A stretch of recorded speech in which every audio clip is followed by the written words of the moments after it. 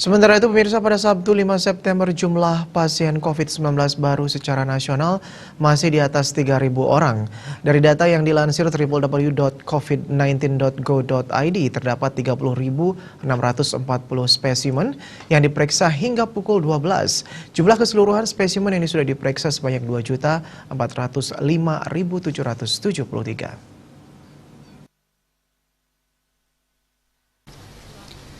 Dari puluhan ribu spesimen, jumlah kasus baru mencapai 3.128 orang.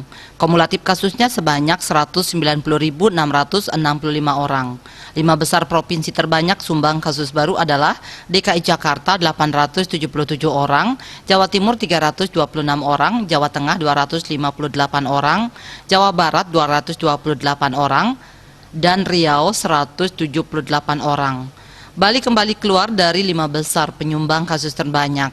Posisinya ada di nomor 6 terbanyak dengan 165 kasus. Sementara itu jumlah kasus sembuh terus bertambah. Tambahan kasus sembuh lebih sedikit dari kasus baru, mencapai 2.200 orang. Kumulatif kasus sembuh kini sebanyak 136.401 orang. Kasus meninggal bertambah 108 orang sehingga totalnya menjadi 7.940 orang.